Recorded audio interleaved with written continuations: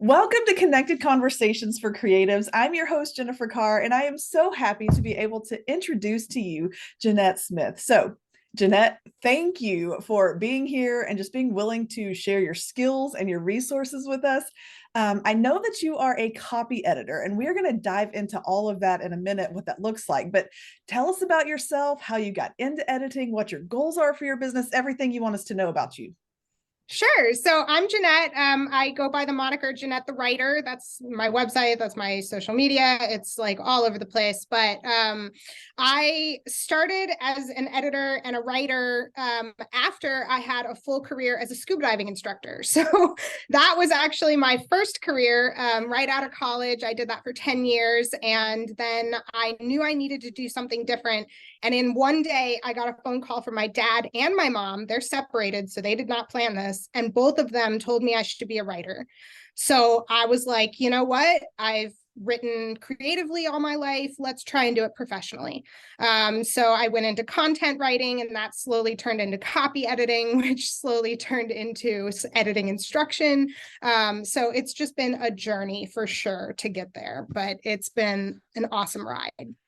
Okay, no kidding. So where did you grow up that scuba diving was a thing? So I grew up in Ohio. So that is not where you scubaed. No, Okay. I did learn there, but I like went to a summer camp that was scuba diving. I did a scuba diving internship during college, and I just couldn't see my life as anything else yet. And so I said, this is something I love to do. Let me see how far I can take it.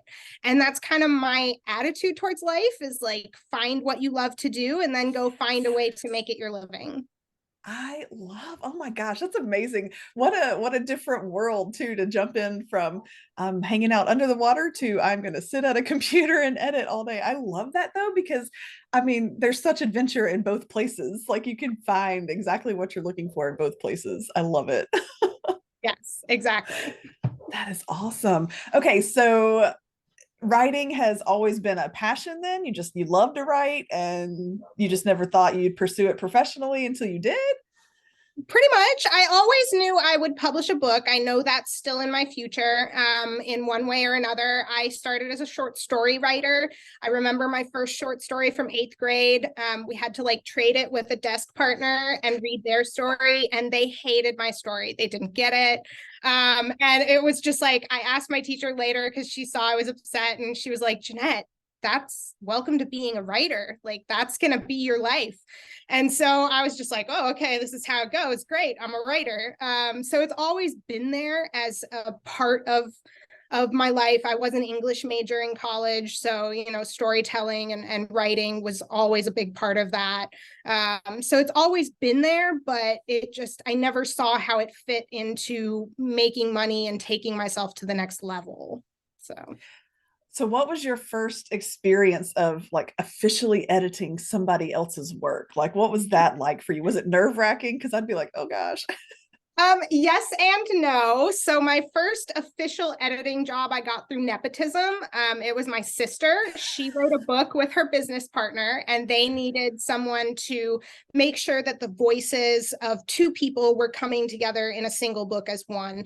And it was like a workbook for teenagers to figure out what they love to do so that they can, you know, have a more maybe direct career path than some of us who have to flounder a bit. So it was intimidating because it was my first project, and I truly didn't know what I was doing at the time. It was more of a favor than I, you know, solicited the job. So it was very nerve wracking, but it lit that fire to be like, oh, I really enjoyed this. I want to do more of this. How do I do more of this? And that's been really, really like pushing me to become a better editor since that project. That's fantastic. I love working with family. It took me a while to actually trust that my family would be that they would be able to be objective enough to work alongside me. But I found real quick and sometimes a little hard that they were sometimes the most honest people. My husband being like, he is always my first draft reader, like before anybody else reads it. I'm like, honey, it's your turn to read, so just let me know. And he does. He'll come back with like full on reports of everything he read. And so working with family, I was terrified to let him read it the first time I wrote something. But they're also your biggest cheerleaders, and so I love that, how they connect that way, that they're willing to do the work, but they're also there to cheer you along the whole time. For sure. You have to have people in your corner in any industry, really, but especially the creative industries, because you're going to get knocked down and you're going to have doubts. And just having those people there to sort of buoy you up is critical. So, agreed. Oh, absolutely, absolutely. And because the creative journey, it can be a lonely one, because we do tend to, like, we go into our little hidey holes and we write or we edit or whatever it is, and it's just us and our imaginations.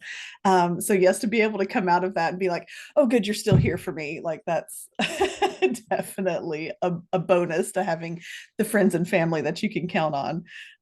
So on your website, you offer a self-editing assessment, which I wish I'd had an opportunity to be like, hey, do this and let's you tear my stuff apart. But at the same time, I'm like, we're new here, so we'll have to talk about that another time. But and I'm going to link to your self-editing assessment in the show notes. But tell us about that. Like, what does it look like? What does a writer need to do to get their work into your hands? How long does it take? All that good stuff. Sure. So there's like two assessments that you might be talking about. One is like the little freebie I have on my website, which is completely like not necessarily you have to like have me see it and approve you or get in with me or anything like that. It's totally just for you to evaluate where your strengths are and where you might need a little bit of professional help in the end. So it is a quiz. It's like a self-scoring quiz, and you just go through and you say, okay, yes, from I think it's 0 to 6. I either know exactly what you're talking about or what the heck is this? And it goes from that. And so you sort of apply it. So it goes through developmental editing, line editing, and copy editing, which I think are the 3 stages that every editor needs to go through, every writer needs to go through. Self-editing, professional editing, those 3 steps need to happen somehow. So it goes through those, and it kind of says, like, for developmental editing, it's more big picture. So the question or the statement might be, I can easily spot plot inconsistencies such as XYZ. And you score yourself on like, oh yeah, I can do that, or no, I'm not good at that at all. And then kind of the scoring in the end kind of helps you evaluate. It's totally non-scientific, just so everyone knows. But the scoring at the end helps you evaluate, you probably could do this by yourself, or maybe read a resource or 2 before you tackle it, or doesn't sound like this is your wheelhouse, maybe consider someone professional. So that is all in that little freebie. And it's totally, like just sign up, it gets in your inbox. And I made a little video to go with it to sort of explain the questions a little bit more, the statements a little bit more. So feel free to watch that video. It's on the same page where you can download the assessment. I love it because it's very simple, because sometimes we go into it and we think, oh, I know exactly what I'm doing when I sit down to write. But sometimes you do need somebody on the outside. Like, I pride myself in being able to form a pretty good sentence. Like, writing has always come easy to me.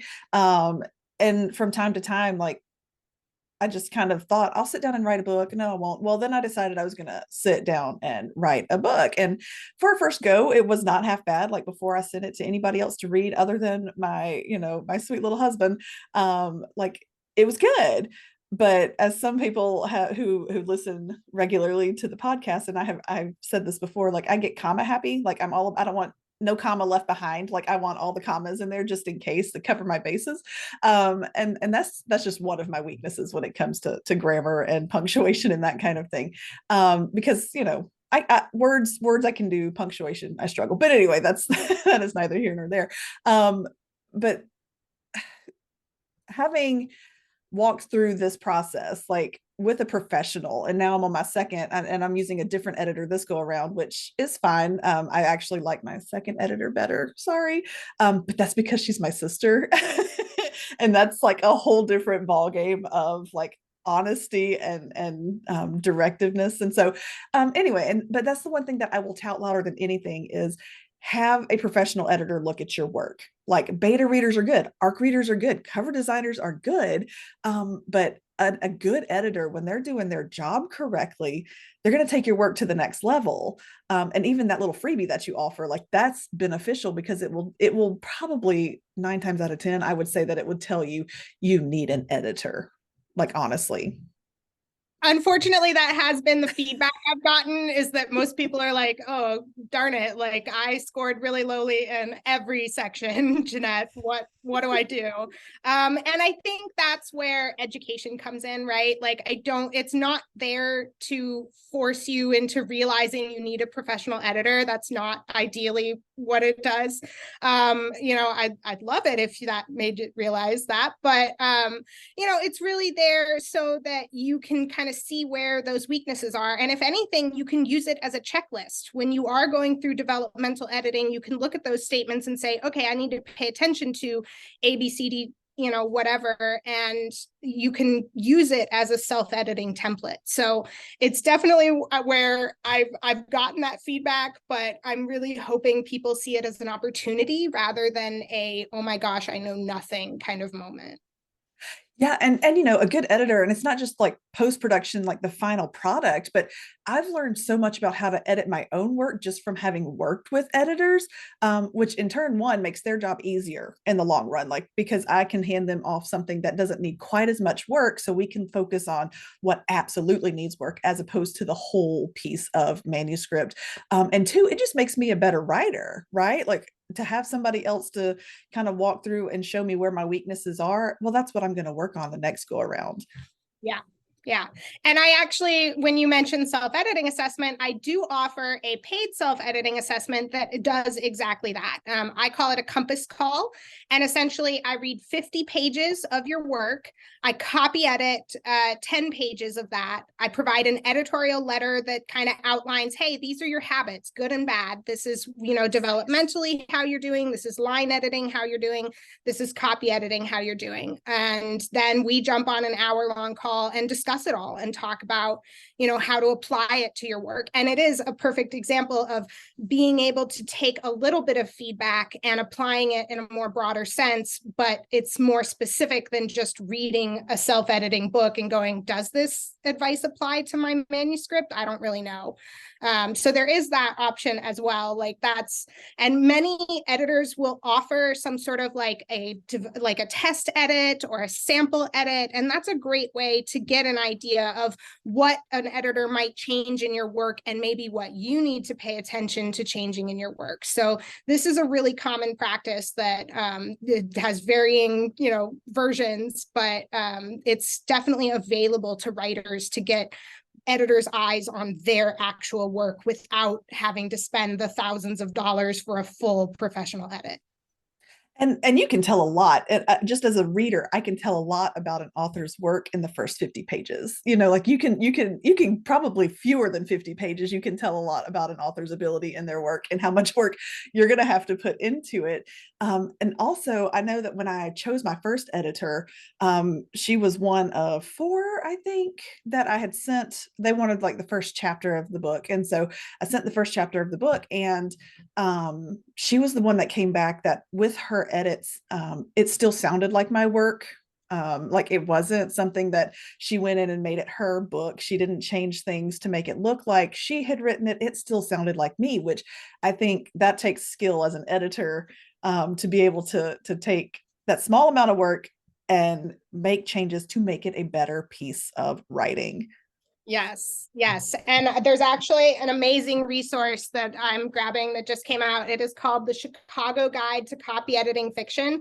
This isn't necessarily something every writer needs to read. This is more for an editor, but it's a brand new resource that's going to help us better apply rigid rules to something that's more flexible, like your book. And so that way we're not turning it into the same syntax and grammar as everybody else is writing. We're able to retain that voice that you're talking about that is so critical to a work. You can't erase that as a writer. You have to honor it and really enhance it. And I agree, it is a skill that builds up over time for sure. Definitely. So, and just for anybody who is out there listening, all of these resources, Jeanette's website and the assessments that she's mentioned, including that book that she just held up, just for reference sake, it's all going to be in the show notes. So you don't have to worry about, finding it. It's all going to be right there. And so you'll be able to find it super easy. So let's go personal. What is your favorite genre to edit? Like if you were like, I'm going to pick my ideal client, what would that look like? It would have to be speculative fiction, something like kind of an urban fantasy or a light sci-fi. I'm into all of the what if books. What if we had this technology? What if dragons existed? Whatever it might be. I love those what if questions. So if you give me a good what if, I'm drawn in for sure. You're in it to win it. I love that. So are there genres that you just will not edit? Like you're like, that is not for me. Yes, horror I definitely don't do because I just actually get nightmares. I tried to read, I think it was like Doctor Sleep from Stephen King or something like that, and like I could not get through it. So definitely horror is a no for me. And then poetry, I just don't feel that I understand modern poetry well enough to edit that. So those are kind of the two genres that I just really right off the bat will say I'm not the one. And that's fair because you need an editor who can do the best work with what you're giving them to work with. And so if your editor says, I can edit anything, they're probably not telling 100% truth, right? Because they're going to know certain topics. They can't know it all. Like they just Yes. can't. And then, so I also would say different types of editors, you would have different requirements on what they Mhm. might edit. So like a developmental or a substantive editor, definitely get one who is experienced in your genre, because they're going to be looking for the genre tropes, the character traits, all of the things that are part of a novel of that type. But like a copy editor like me, I do work on most genres because grammar is more universal. So I don't have to know that, the friends to enemies trope, this is how the steps of it, I just need to know whether or not it's being expressed properly. So there's definitely, I think, different requirements for different types of editors for those genre restrictions for sure. So you are like mostly or only a copy editor. Do you get into any developmental editing or anything like that? I definitely stay away from developmental edits. I do some light line editing. So because a light line edit is kind of the same as a heavy copy edit.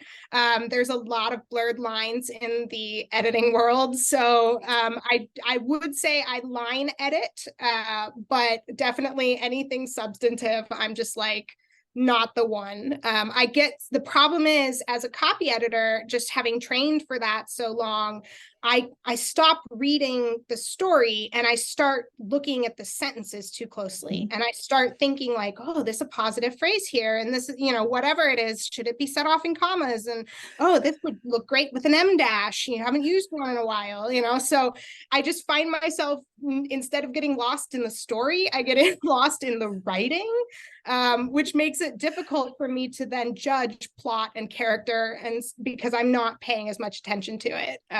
So that's my struggle for sure. I totally get that. And to me, it's easier for me to edit developmentally on my own because I will read my book or my manuscript like 14 times before anybody else ever reads it. So I know the story inside and out. I will say that I have this go around. I've leaned heavily on my editor for developmental reasons. I'm like, I don't know, I've struggled through it, but she's been a big help. But honestly, the copy editing to me, it will make or break a story for me if the copy is not clean and efficient and just done well. I I've DNF'd several books because I just couldn't get past one of them. I actually put it down yesterday. I went, I can't figure out who's talking here. A copy editor would have fixed that. Yes. Yes. And I think that's a big thing that, like, when you are self-editing, you have so many options other than just doing it yourself and professionals, right? You have critique partners, you have beta readers, you have just writing groups that you might share a couple of pages with and nothing more, once a month. I have a couple of those, but like all of these types of feedback have a place in the editing process. And so I personally think that it's easier to get developmental feedback from critique partners, beta readers, writing groups, than it is to get like copy editing feedback, because everybody's going to put those commas in a different place, because no one knows the rules. I barely know the rules everywhere. Yes, exactly, everywhere. So like if you're going to get feedback, go for feedback from the substantive ideas first, and then you can move to copy editing more with a professional, or even, I hate to say it, but like even the copy editing websites and different, Grammarly, Pro Writing Aid, AutoCrit, all of these have their place in the editing process. It's just a matter of, don't rely on them, right? Especially if you're self-publishing, get at the very least a proofreader. Like, proofreading is the thing I think no author should do themselves. Like, if you hire no one else, hire a proofreader for your work, because that is going to be, like you said, critical to having people not DNF your book because they just can't get through the writing. So there's so many options in the end, but it's just a matter of what works for you and your process. And, it's really hard as a self-published author to sometimes plan for the costs of an editor, because I will say, like, I dropped a hot dollar on my editor the first go around, and I may have gotten a friends and family discount the second go around, but it's still like, it's a pretty penny but it's worth it. It's worth every single penny for people to be able to pick up your work without going, oh, I'm going to struggle through this. Like, you want people to stay engaged in your story. And I'm sorry, but bad copy will definitely make it hard to stay engaged, especially for like avid readers. Now, like I'm just reading to kill time, or I'm just reading for the spice, whatever you're reading for, if you're not invested in a story. But some of us get invested. And if there's too many commas out of place, and that's just my example, but like, it gets really hard to focus on the story, and you do want to break it apart. And that may just be the way my brain works versus, I mean, like yours. It's like, oh, look at all that grammatical incorrectness. I think another point to that, though, is that like some people who are readers, they're not writers, so they don't necessarily care about or know necessarily what is correct, and that's okay. But there is a point where it becomes egregious, even for those people, and that is where you really want to steer away from, is that if it just becomes so unreadable that even somebody who doesn't know the rules is like, I'm not, no, right? Just like, they can't even express it, but they know it's not right. So that's another thing to avoid.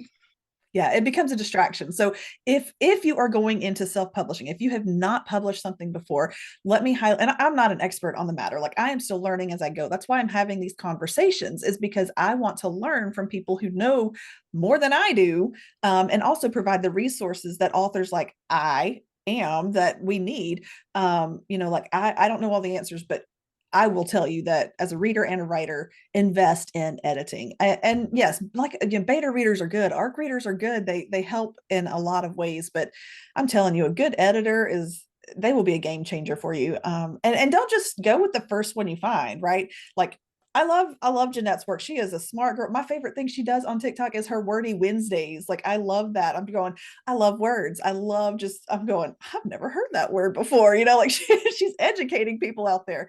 But that doesn't mean that she would make a good fit as my editor. I mean, I don't know. We haven't tried that out, but seek out as many options as you can and find the one that you can bond with. Like, to me, my first editor, we had a lot in common. It was just so happened that, I mean, it was not just fate or anything. Like, I think it was a cosmic alignment of the stars, maybe, I don't know, but we write the same genre. She had been in the publishing world. Like, she had worked for one of the big name publishers in the genre for 20 something years. Her name was Jennifer C. My name is Jennifer C. Like, there was just a lot of things that I was like, you were my person. And it was good. It was a good relationship. That was what we formed, was a relationship through our work. We had that in common. So make sure that when you are picking out someone because that's your baby, right? Your work is your baby. It's part of your soul that you've put out there. So you want somebody that kind of relates to you to also be able to relate to your work. For sure. And it harkens back to the olden days of editors and writers and the relationships that they used to have. There was a fascinating book that I read. It's called The Artful Edit, and it highlighted a lot of Fitzgerald's, F. Scott Fitzgerald's relationship with his editor, whose name is escaping me, but really important guy. But it talked a lot about the ways in which they supported each other. You know, they were constantly trading pages. They were constantly saying to each other, you know, this is great, this is not. And having that relationship to be able to do that constructively and not feel like you're being torn down, that is by far the most important part of that relationship, is somebody who you feel is an advocate for you.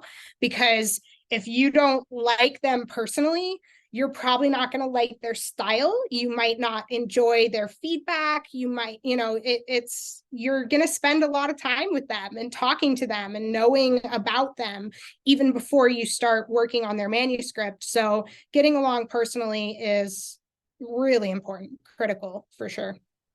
It is. And so are you one of those people that you get attached to some of the work that you do? And does that make it easier or harder to provide that critical feedback? I do get attached sometimes. There's books where I have literally cried as I was editing it because it was just so wonderful. And so there is a little bit of attachment that makes it more difficult to be like, hey, you have this habit of doing this, which isn't great. But you know that it's always coming from a place of love and a place of let's get you better together. Like, my theory as an editor is to work myself out of a job. Like, I want to make you so good at your own editing and writing that you don't need me anymore. Like, that is my dream. So finding, you know, somebody like that and a book like that where you can do that with is great. Other books, it's hard when you don't like the book that you're editing. I have run into that several times. And in that case, I just politely tell them, if they ask for feedback on the story, I just kind of say, hey, I'm not a developmental editor, which is 100% true. I don't feel confident, you know, critiquing the story. What I can tell you is XYZ about your grammar, spelling, and punctuation. So it's a little harder to reveal feedback when you don't like it more than actually when you do, because you're trying to come from that place of love, but you know maybe that they're not ready to hear it. I've run into that too. I can see that. Like, I can see that being a difficult path to take because it's not personal, honestly. I mean, it's one thing when you've got a relationship with the person, but it's really not personal. But my work is so personal that it could come across as she doesn't like me. She doesn't like my work. She doesn't like me. Yes, and that is definitely something we try to avoid, is just like any comment we leave in the manuscript, I guarantee you your editor goes back and looks at that comment and goes, did I write this in a nice enough tone? Did I put it accusingly? Like, how did I phrase this? So we are very careful to make sure that it does not feel that way. Well, and that's amazing because I mean, and I'm sure that's not every editor's goal, because sometimes they're like, well, because some of the work that when I submitted my first chapter, a couple of them, it was like, you could have just made a suggestion instead of like basically telling me that I was wrong, you know, and I'm going, I get it. Like that, I'm asking you for help. I'm not, because you would never do that with your kid. You never be like, oh, you know, I'm sorry, you need help because you're wrong, you know. You can't do that. So how long does it normally take you to edit an entire manuscript? It varies widely. I've had manuscripts of such different lengths, it's sometimes hard to compare. Right Mm. now, I had a what did I have? I had recently about 130,000 word historical fiction novel, and that was about a 60-hour project. A 40 to 50,000 word book might take more like, 30 hours, 35 hours.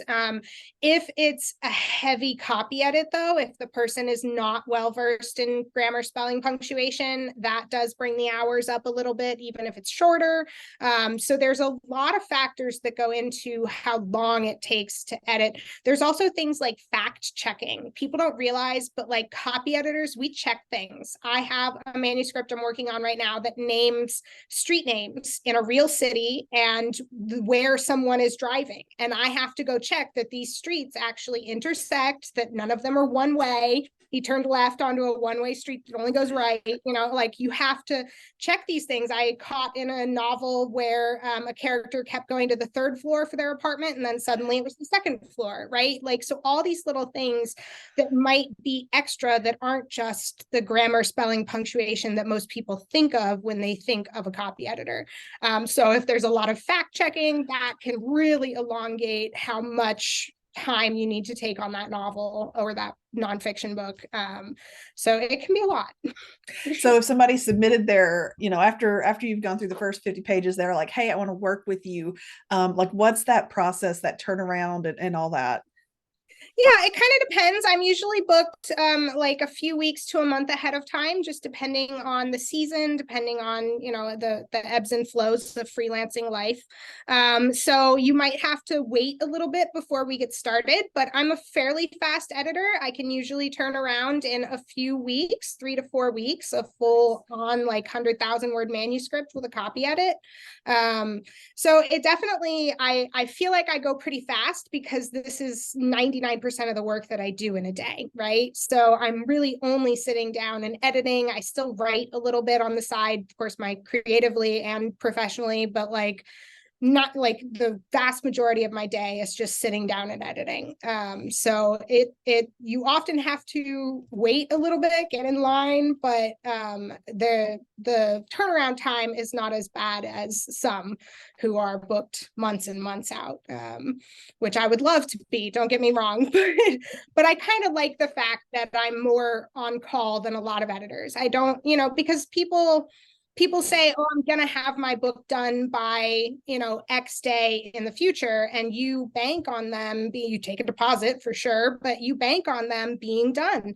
And if they aren't, then you have to rearrange schedules and things. So I really only work with people who come to me and say, I've done my developmental editing either by myself or with an editor, and I'm ready. I've got the words on the page that I want to have on the page. I just need you to make sure that they're in a good order and clear.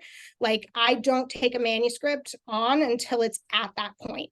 So for me, I kind of like the idea that I'm not booked out months in advance, because you have to be ready. Like, if you come to me, I want you to be ready.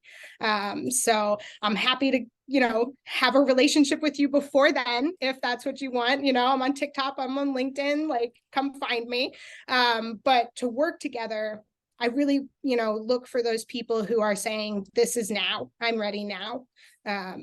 Because that, that moves you forward, saying that. And it's hard to get to that point and say, okay, I'm done touching it, I need someone else. Like that, when to stop editing is its whole another subject. Because you can't over edit. Like, you can absolutely over edit if you're not careful. And that's true for developmental or copy. Like, you can't overdo it just a little bit. For sure. Oh yeah.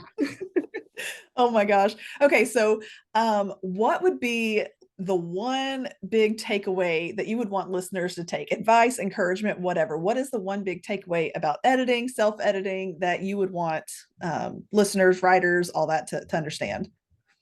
I think it's kind of a life lesson, but it applies to writing and editing as well, which is just keep going.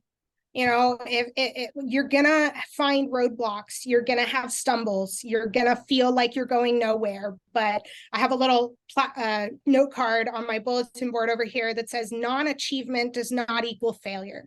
Just because you haven't reached it yet does not mean you have not succeeded. So just keep going. If the end goal is truly that important to you, then don't let anything stand in your way. Just do it. Which is harder to say. It's easier to say than it's hard to do, but it's critical. That's the only way, is to do it. Absolutely. And if you have a story inside of you, if you are just, that there's a story to tell, nobody will ever hear it if you don't put it on the page. Just sit down and do the work. Just do the work. Just do it. Yes. You cannot edit a blank page. Some very famous writer said that, and it's the most truest statement ever, right?